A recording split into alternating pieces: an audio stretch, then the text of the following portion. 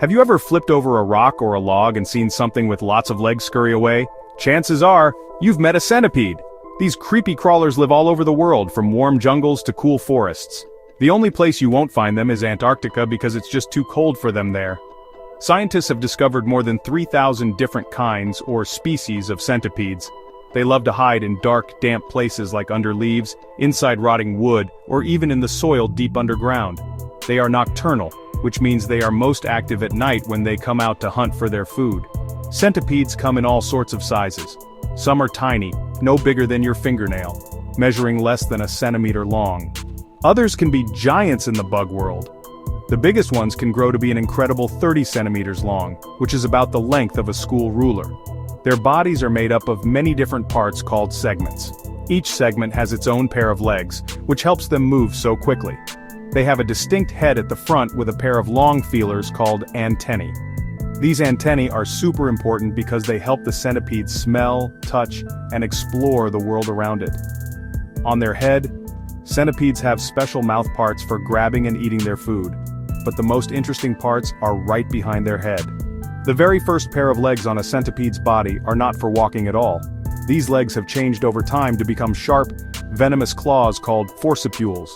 Think of them like a pair of built-in fangs. They use these forcipules to inject venom into their prey, which paralyzes it so they can eat. This makes them excellent hunters in their tiny world, able to catch insects, spiders, and other small creatures for dinner. The last pair of legs on a centipede is also special. These legs are usually longer than the others and stick out from the back of the body. They don't use them for walking either.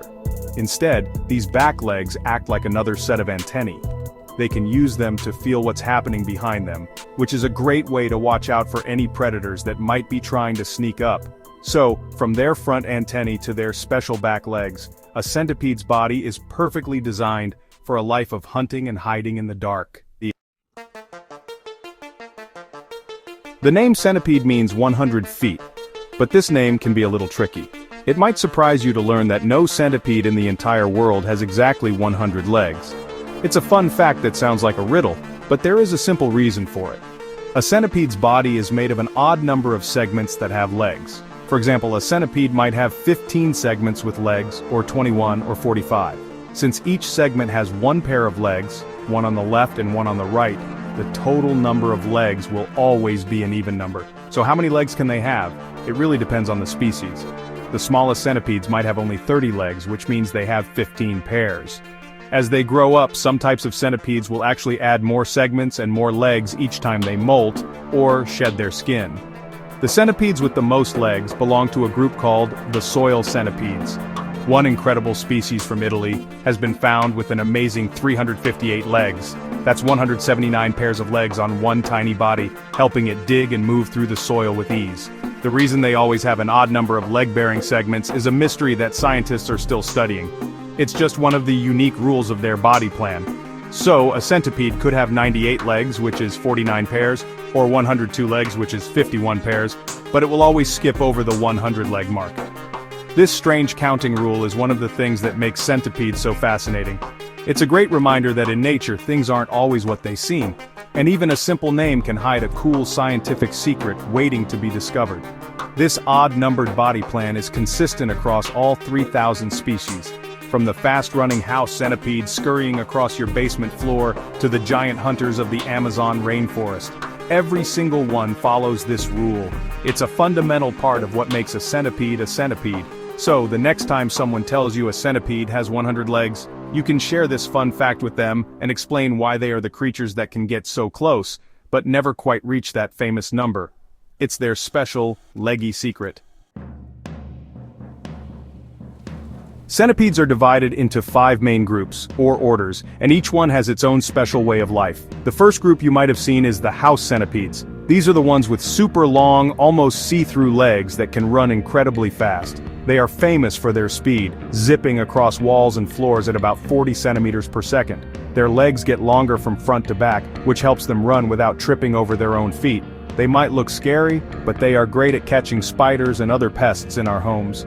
Another common group is the stone centipedes. Like their name suggests, they love to live under stones and rocks. They usually have 15 pairs of legs when they are fully grown. Many of them don't have eyes and find their way around using their amazing sense of touch and smell. A much rarer group is the Craterostigmomorpha, with only 2 known species in the world. They are a strange middle ground between the more primitive and the more advanced centipedes, and they can release a stinky chemical to scare away anything that tries to eat them.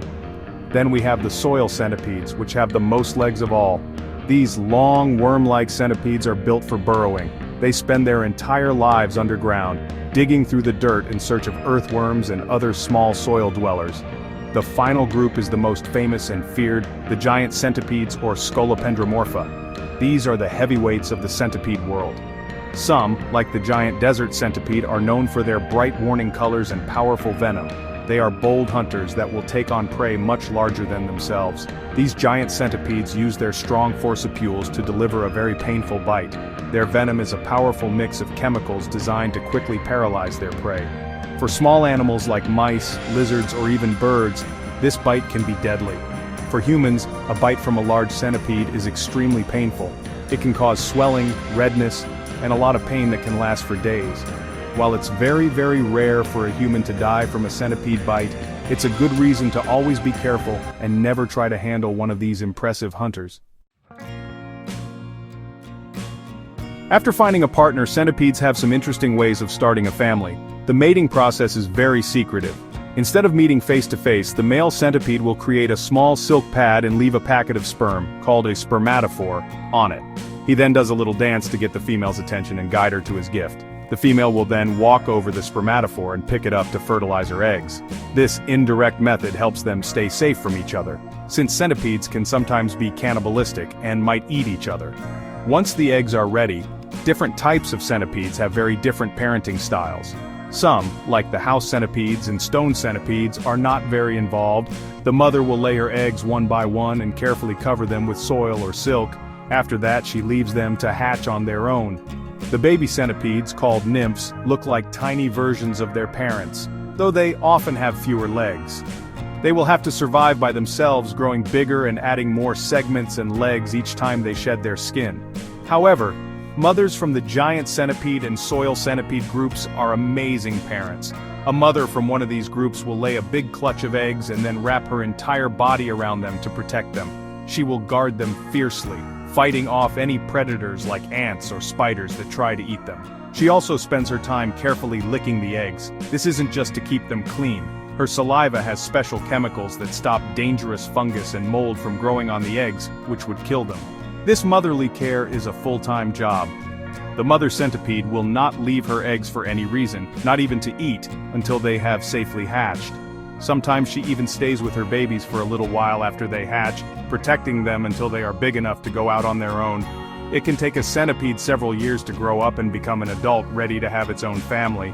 Some centipede species are also among the longest living invertebrates, with some living for up to 10 years, a very long time for a creepy crawler.